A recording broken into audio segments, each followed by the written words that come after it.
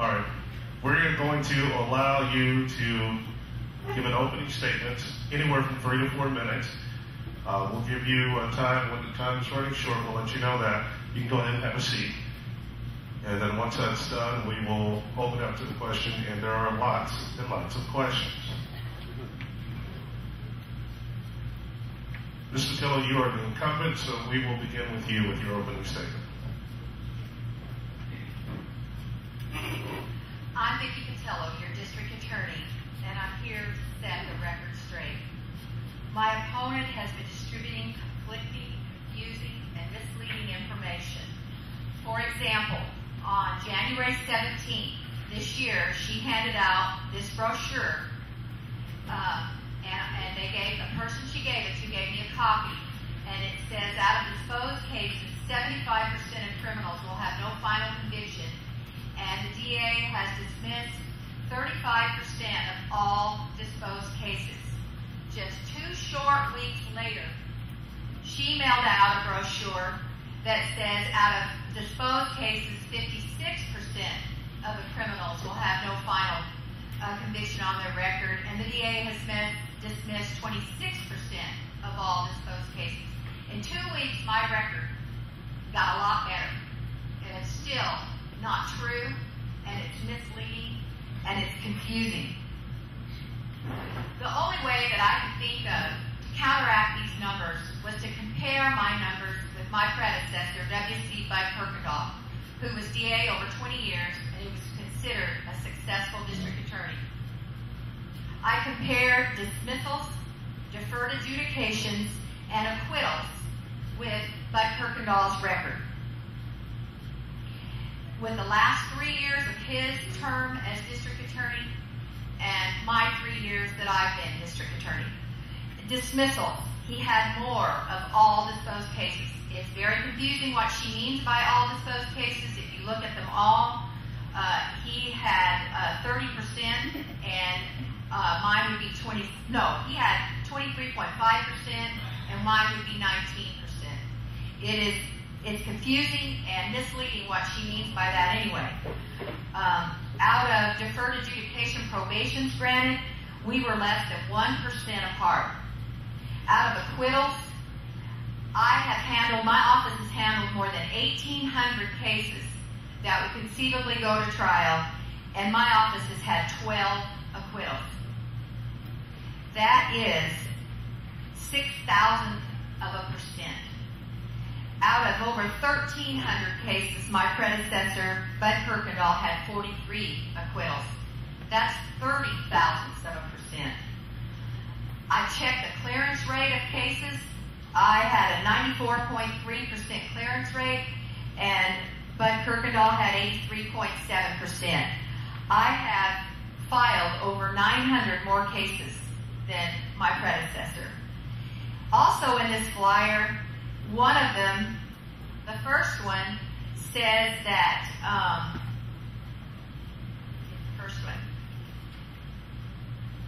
it says that 45% of sex predators get deferred, and 20% of cases are dismissed prior to trial.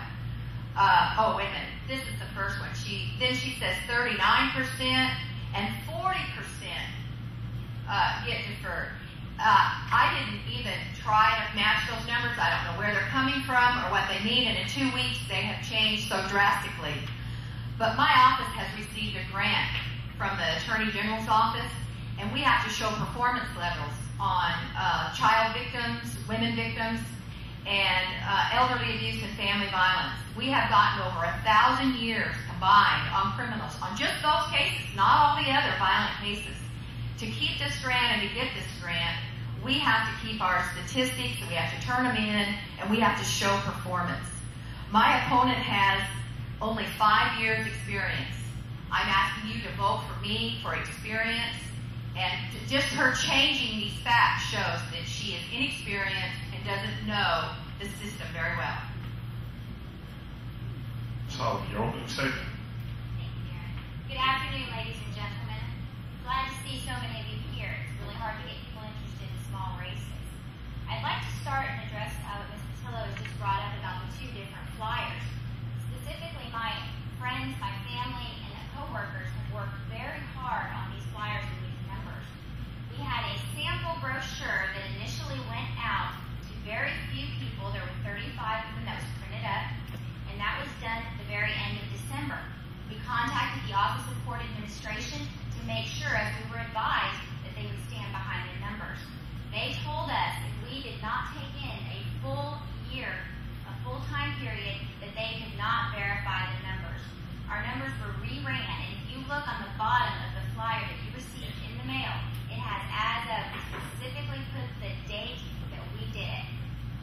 numbers are correct.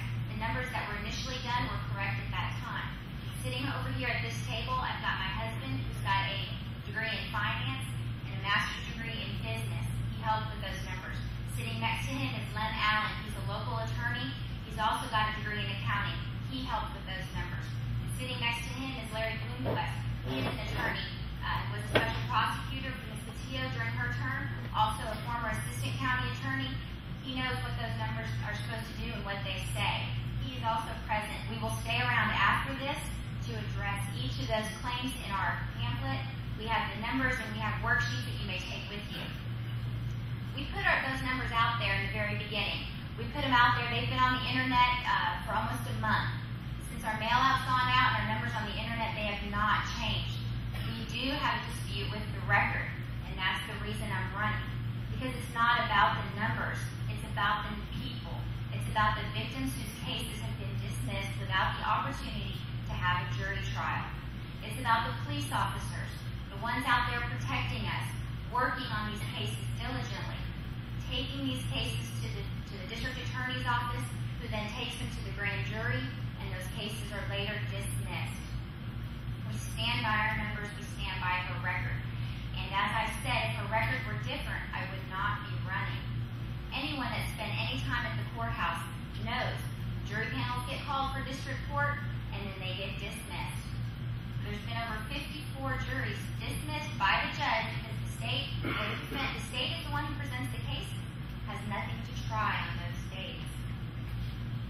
As your district attorney, I will actively try cases, and how that helps the community is when you take cases to trial, it makes the system stay fair.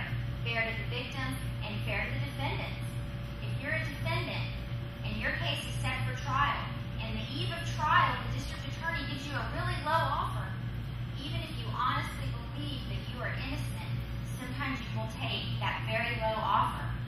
And on a different offense, on an offense that won't make you register as a sex offender, most of the defendants who could actually be innocent will take a very, very low offer instead of taking their day in court and having the jury trial. As your district attorney, I will try cases. I've actively tried cases throughout my career. I came back to Guadalupe County after graduating from law school, and I began trying cases in the county attorney's office. I've tried at times 2 cases a week. I also worked with law enforcement implementing training programs. I didn't do a once-a-year program with Ms. Cole. We went to the we went to the sheriff's department, we went to the police stations, and we did training. As your district attorney, all my assistants will do training with law enforcement across the district. Not just once or twice a year. We will go to where they are, and when they get off and their shift changes, we will have training. Yeah, see, my time's up. Thank you again for your time, and we're asking for your support in the primary on March 4th. Thank you very much. I'm sure that there are a lot of things that you both want to respond to the opening statement, so I want to just suggest that be patient. There are lots of questions, and I'm sure whatever it is, we'll get to it, and if not, we'll definitely give you some time at the end to try to address some of those issues. Our first question is for Ms. Hollub. The question is, how long have you been an attorney in private practice? I've been a defense attorney for 3.5 years in private practice. Prior to that, I was a prosecutor in the Guadalupe County Attorney's Office. I actually became an attorney in 2001, and I was actually licensed in 2002. Well, per our rules, it says that you can actually rebut any question that is asked to your opponent. Do you have anything you want to respond to in regards to how long she's been in private practice? Okay. Ms. Pattillo, please explain deferred adjudication probation. Deferred adjudication probation is a probation that is granted by the judge, not the district attorney, as if you read all this literature, it implies. Deferred adjudication is a two-edged sword. A defendant can go on probation for a deferred, and if they complete their probation successfully, then they don't have a final conviction on their record. But if they don't complete it successfully, when it comes time to revoke their probation, it goes back to the full range of punishment. And so the defendant has incentive to complete it, and if they don't, the state has a hammer to go back without having to call in the victims again or anything like that and send the defendant back to the full range of punishment. The probation department works really hard with defendants, and part of the probation and part of our job is rehabilitation, so we don't have offenders repeating constantly and in our system.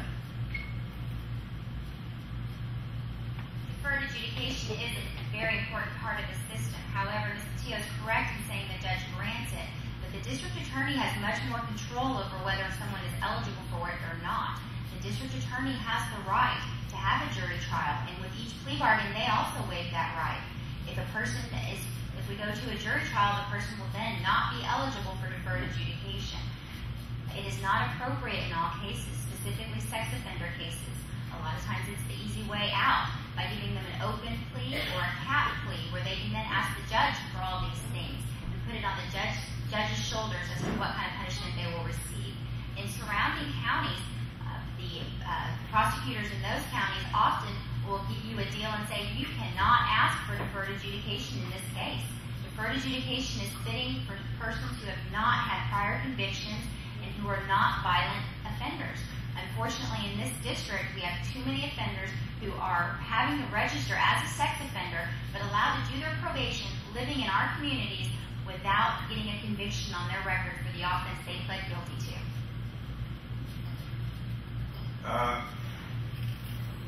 Not just yet. Next question is for Ms. Hollub. Do you think all felons should go to prison? No, I do not think that prison is appropriate in all cases. I think that there are specific cases where even first-time offenders should be required to go to prison. When people harm other people, when we're molesting children, when we're committing acts of sexual assault, those persons need to go to prison. The tool of shock probation can be used where they get sent to prison for a short time and then they're allowed to come back into the community and be under supervision. There's a lot of ways to handle felony cases. Prison isn't always the answer, but it should be in many cases when violence is used. Ms. Pattillo. All defendants can't possibly go to prison. We have overcrowding. The legislature every 2 years makes laws that there's more mandatory probation that we have to give. A big part of the legislature's agenda now is rehabilitation. And there are some sex offenders who get deferred because we do use cap pleas. And one reason we use cap pleas is I have never had a victim in 3 years that wants to testify. I have never had a little child turn to me and say, I want to face that man. And I want to tell in court what he did to me, to a room full of strangers. So we offer a cap deal. And if that defendant can go to the judge and convince the judge somehow that they're a candidate for probation, then that's what happens, but we fight it. And we don't have to involve the victim in it. And our community service department has a whole section for sex offenders. We have one officer, that's all she does. This question is for Ms. Pattillo. Ms. Hollub has claimed, and Mrs. Hollub has claimed that you don't have enough jury trials. Would you please explain? Yes, I will.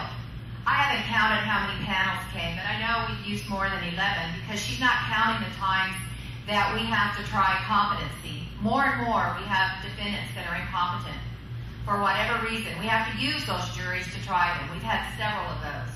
We've also had juries in panel. We had one jury in panel, and the next day we got ready to hear evidence, and one of the jurors didn't show up. The judge let the panel go, and he had one arrested.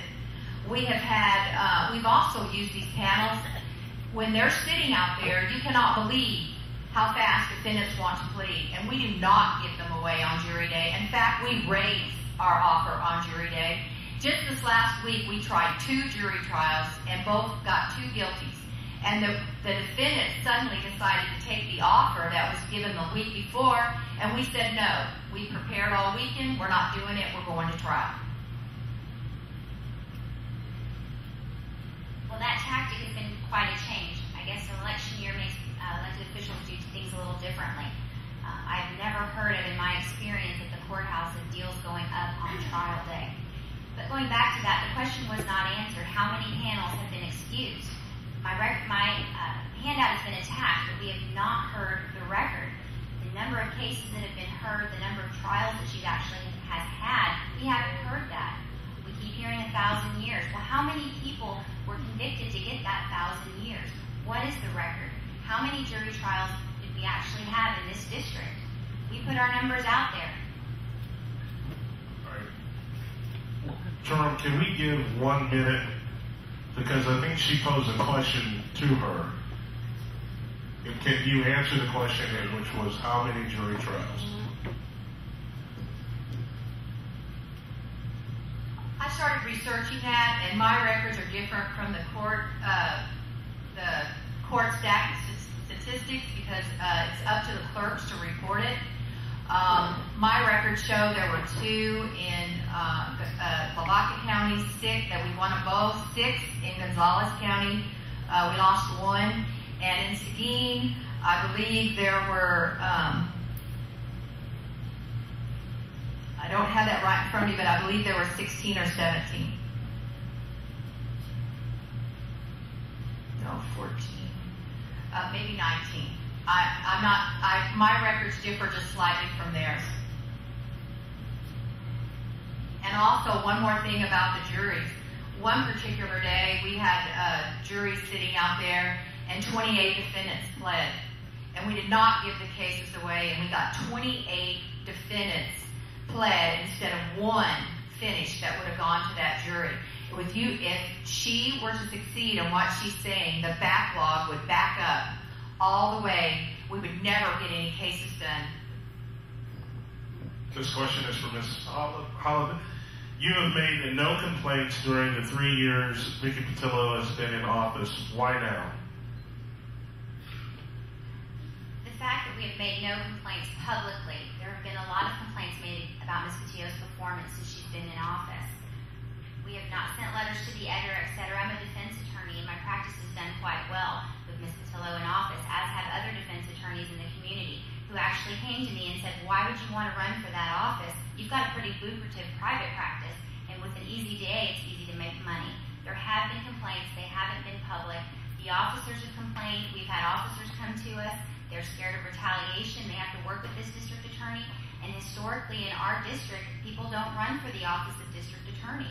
So it's hard to remain and have a good relationship with your district attorney if you're complaining about what's going on in the district attorney's office.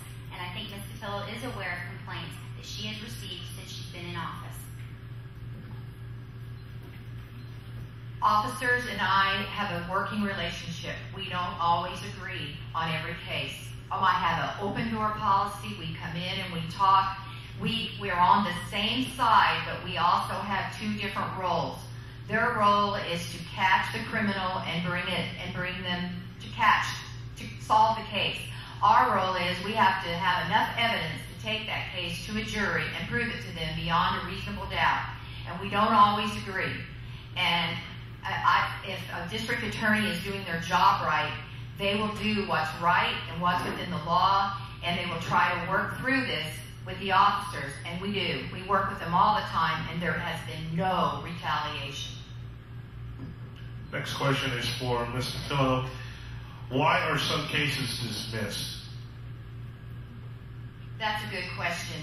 Another misleading fact in her brochure is she says that cases are dismissed and that defendant never is walking free. Well, that is simply not true.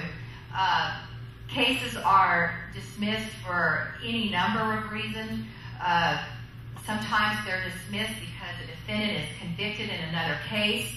They're dismissed. Sometimes we cannot prove all the elements, and they're filed as a misdemeanor. Many times they're dismissed and re-indicted because we get an indictment and then we find out there were priors, or the priors come in, and we dismiss them and we re-indict. We've had defendants die. We've also had cases where a co-defendant takes responsibility. We might indict 2 or 3, and one of them says, it was really me, I did it. We'll dismiss against the co-defendants. We also have the legislature provides for young offenders with no record to have a pretrial diversion possibility. If they complete that successfully, the case is dismissed. Sometimes a witness disappears. Sometimes the case falls apart and there's not sufficient evidence and we have to dismiss it. Ms. Hollub. According to the records of the Office of Court Administration, over 400 of those cases out of the 619 were dismissed for no reason.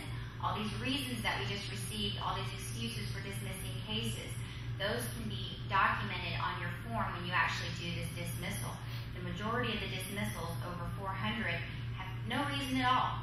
No reason. It doesn't say that the co-defendant has taken or the blame, or that the case is going to be indicted or signed as an information or filed as a misdemeanor. There's absolutely no reason on over 400 of those cases on the records of the Office of Court Administration. What are the numbers? How many people got pretrial diversion? How many people went through those programs? All we have is a lump number on the Office of Court Administration's website that says dismissals. That's the easy way out.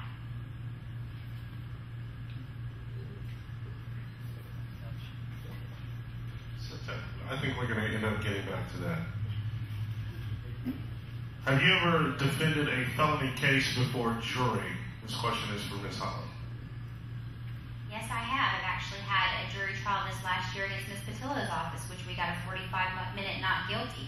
I have completed several trials. Most of my experience is with misdemeanor cases. Most of my trial experience is with misdemeanor cases. But yes, I have had jury trials in felony court, and I've been successful. I haven't lost a jury trial in 2 years, and I've had over 30 jury trials. I'm curious as to how many first-year jury trials Ms. Pattillo has had. Last time at this forum, she was asked that question and did not answer. That is not true. I was not asked that question at this forum last time, and I have been an attorney for 27 years. I have extensive trial experience. I was trying cases when she was 6 years old.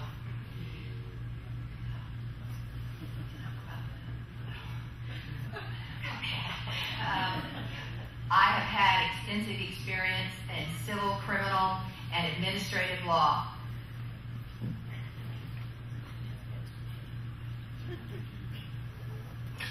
This question is for Ms. Pattillo. Does dismissing charges prevent wasting time for the courts and wasting taxpayer funds? Absolutely. And what she said about the dismissals not having a reason, they're checked under other. And when we ask for dismissal, we type in under other what the reason is. The court administration only has 4 reasons, 4 or 5. Other is all the other reasons I named. And one thing that's been overlooked here completely is that I don't dismiss any case. Whenever there's a motion to dismiss, a judge reads it, checks it out, and decides whether or not it should be dismissed. Contrary to what she's trying to tell you, I do not grant deferred adjudication probation. I do not grant the dismissals. We have judges who are overseeing the system, and judges are doing that. And they are definitely spelled out. Do you honestly believe, any of you, that Judge Steele, Judge Kirkendall, or Judge Feshel would sign a blank dismissal that I could just hand it to him and go, trust me? It's illegal for a judge to dismiss a case without the district attorney asking them to. Dismissals cost us money. It costs us time. It costs court costs. The cases that get dismissed have been indicted by a grand jury of this county or Lavaca County or Gonzales County. The grand jury has heard the evidence and said that there's enough to go forward, after which the case is then dismissed. We are left paying court costs, left with people showing up time after time after time to have their case heard for it later to be dismissed. Passing the buck to the judges and blaming them, oh, they're the ones that actually signed the dismissal. The dismissal is asked for by the district attorney's office. Also, that question was asked at the last forum by Ken Greinke. He did contact us and told us ask it again because it was not answered. No one in this county can remember the last time Ms. Pattillo had a jury trial before she became the DA. This question is for Ms. Hollub. It asks, are charges against your clients frequently dismissed? And if so, what percentage? The thing that stands out most in my mind was that last jury setting. I had 5 cases on the jury docket. That day I had 3 cases dismissed and 2 were reduced down to Class B misdemeanors. One of my clients had sat in jail for 6 months and we actually had to file a motion for speedy trial. At that time, the case was dismissed. There was not new evidence. The officers that initially arrested him were there. I don't know why the case suddenly became untriable on trial day, but in my own experience, a lot of my cases have been dismissed or reduced on trial day. I did not, since I've been in private practice, have a list of each case that has been dismissed.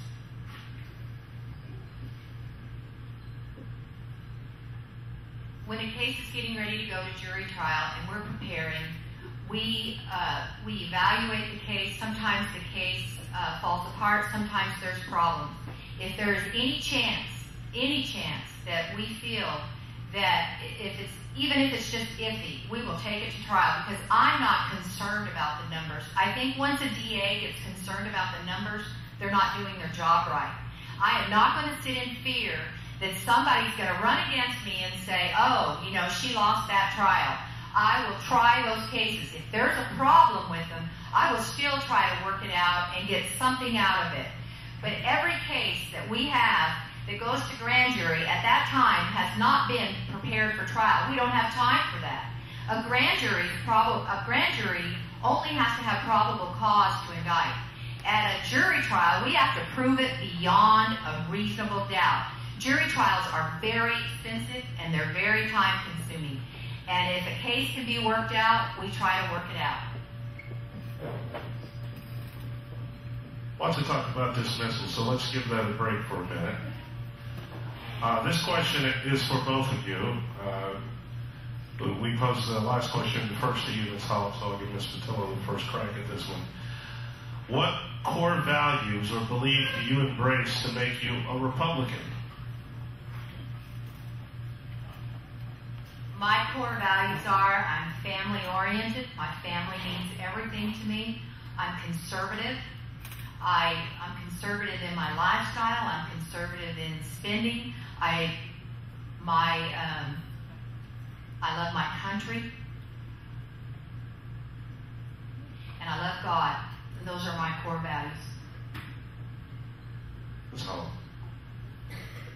Well, I believe as a Republican that we should not vote Democratic Party primaries. I have never voted in a Democratic Party primary, unlike my opponent who voted in the Democratic Party primary almost every year until she ran, according to voting records. But as a Republican, I have conservative values. I believe as a business owner that the government should not overtax.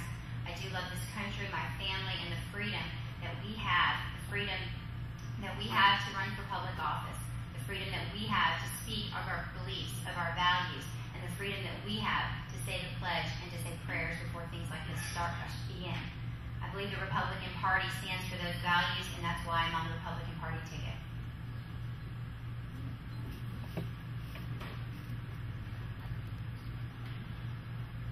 This question is for Mrs. Hollub. This goes back to some of your literature, your campaign literature. It says, why have all the statistics, percentages, and numbers been removed from your ad in the Seguin Gazette?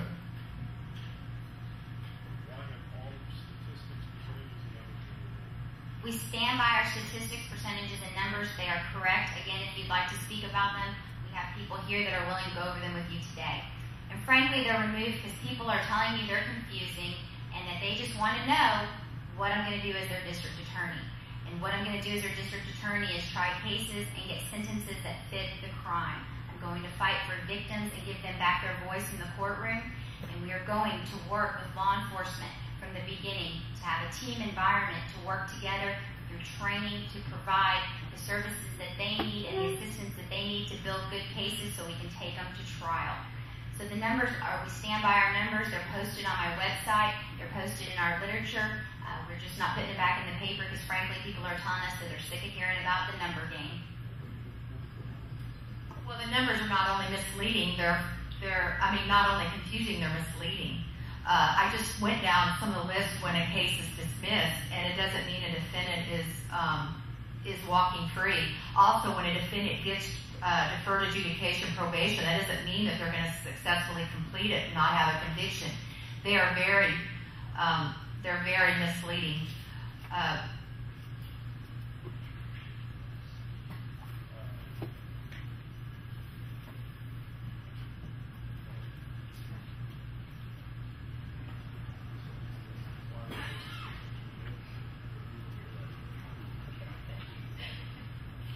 Well, I think she removed them because they are so misleading.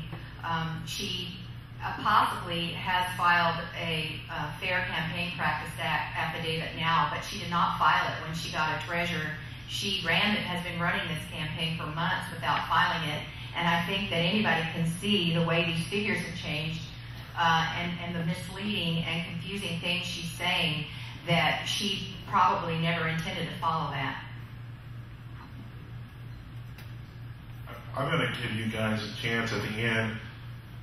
We're going to change things up just a little bit to kind of give you some chances to address anything that was said by your opponent. If you feel like you need to set the record straight, I'll give you that opportunity. But we have a couple more questions. Some of these are repeats, so if you have not heard the question and you wrote down and worded exactly the way you wrote it, that's because I've consolidated some of them so that we don't have to repeat those questions again. This question is for Ms. Pattillo as district attorney. Have you ever sought an appeal in any case or cases? I cannot think of one. I don't know. You know, we have over 4,800 cases that come through my office in the 3 counties, so off the top of my head, I cannot think of one. I have actually done appeals against Ms. Pattillo's office since I have been a practicing defense attorney. So the answer to that question is yes, there have been appeals that have gone through Ms. Pattillo's office. It's alarming that the numbers aren't important to Ms. Pattillo. If you own a business and you don't know how much money your business is making, how do you know how you're doing? If a district attorney doesn't know what's going on with her cases, if she can't tell you, if she can't tell us, it's confusing.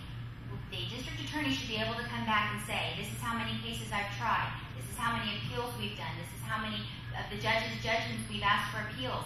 In Comal County, you can click on Jeff Barr's website and he can tell you on that website how many cases that he has tried, how many cases that he has rejected and not taken to grand jury, how many they've indicted, and how many they've dismissed. I think it's very important to let the public know what you're doing and not just say, oh, it's too confusing or the numbers are too hard. We have got to be honest with the public and let them know how we're doing. If we don't keep track of it ourselves, how do we know how we're doing?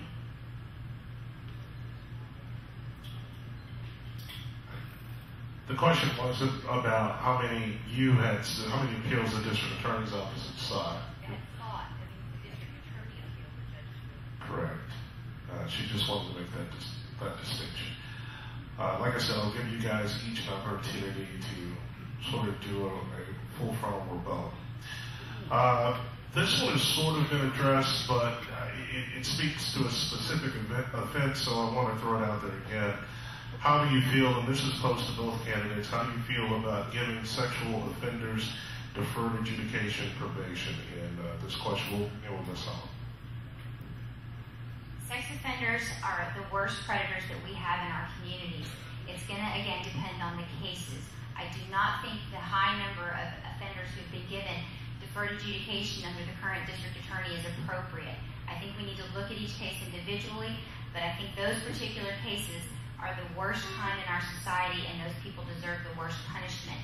I don't think that it's right for a person to be on deferred adjudication probation, yet still have to register as a sex offender. If they're bad enough that we need to know where they're at and where they're living at all times, they should have a conviction on their record for committing a sexual assault case. Sex offender is a broad term. Sometimes we get a young man on probation who's 19 who had sex with a 15-year-old. And the judges have historically put them on probation and on deferred. And they do have to register, and they have to go, they and anybody else who gets deferred that's considered a sex offender has to go to probation. They have to meet once a week and take a polygraph test to make sure that they're acting right. They get rehabilitation and counseling. I think, of course, serious, violent sex offenders belong in prison. I have proven that. We have sent them. We've gotten 99 years, 50 years. We have sent many sexual predators to prison. But when a judge grants deferred to a sex offender, that defendant has proven to the judge that they have a chance to rehabilitate. When a sex offender goes to prison, as we have seen in the news, they get out and reoffend when they're out on parole, they don't get any kind of treatment or any kind of possible healing. There is a chance with deferred that they will, and if they could, most of them can't complete it and end up in prison anyway. Okay. As promised, I would give you a couple of minutes each to, we don't officially have closing statements, but I know that there were a couple of times in which you wanted to rebut, so I know both of you made notes. If there are things that you feel like this audience needs to know, I'll let you do it in this sort of impromptu closing statement. And Ms. Hollub, we're going to begin with you. There are a lot of serious issues before us with this election, and all we have is the performance of the district attorney to judge her by. And what we have is what I'm telling you that we can do that's different. What we can do that's different is try more cases. When you try more cases, our officers do better jobs on the street because they know they might be in a courtroom before people having to testify about what they're doing while they're on the street. If we try more cases, then we'll allow the victims to have some closure. We talk about putting victims in court. Well, ladies and gentlemen, we're not the ones who victimize those children.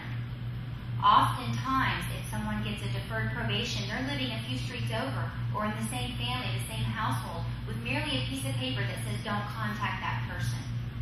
You know, the case that the person received 99 years in the Brown case, there was another person that the district attorney's office had charged with aggravated sexual assault. What happened to him? He was also charged by our district attorney of molesting those little girls. They testified in court. They did a wonderful job. They're in therapy. But instead of taking him to task, he got a plea bargain, another offense, where he will not even have to be a registered sex offender when he gets out. He can move back in with that mother and those two children. It's unbelievable. These cases have been brought to light. There's other cases with weak plea bargaining that the results, the punishment does not fit the crime. There was an 83-year-old woman who was beaten, killed in her home in this county, and that case was a capital murder case, and it was reduced down to manslaughter. He was sentenced to 15 years in the penitentiary for beating an 83-year-old woman to death. Now they'll say, well, the evidence wasn't good in that case, but it's not just that case.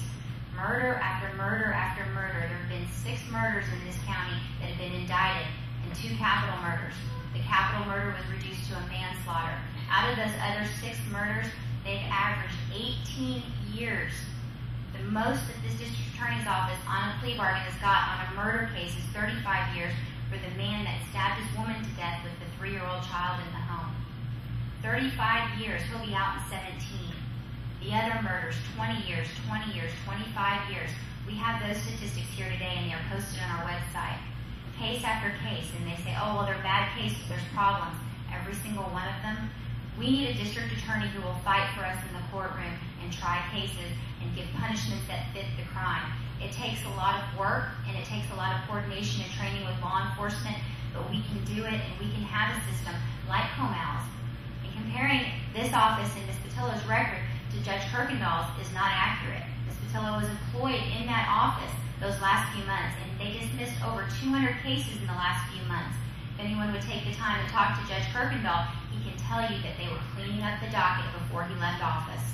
So when Ms. Pattillo came in, she would not inherit his dog cases. She was in that office. She knows that. If you look at the entire record, she keeps saying everything in there's wrong, it's misleading, but has not been able to provide us what the true record is. We put our numbers out there. I've run my campaign like I would a jury trial. Put the facts out there. Let them see the evidence. Let them see what's going on. This is the truth. We did that over a month ago, and we have not received any statistics, nothing other than this is misleading, this is not true, they're being ugly, it's dirty campaigning.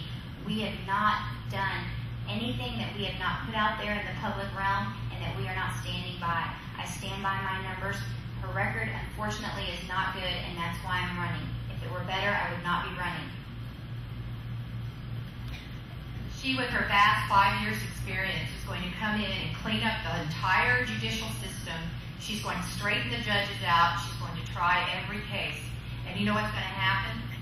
Then criminals will be out on bond for years waiting trial, and the dockets will clog up. I want to go back to a couple of things she said in the Aaron Brown case. The co-defendant got 20 years.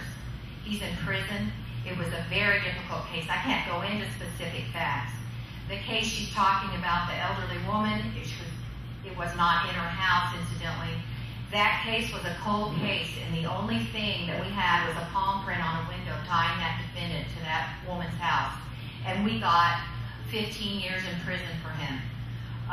The other murders she's talking about, there were 2 others. One got 20, one got 25. They were cat deals with the judge.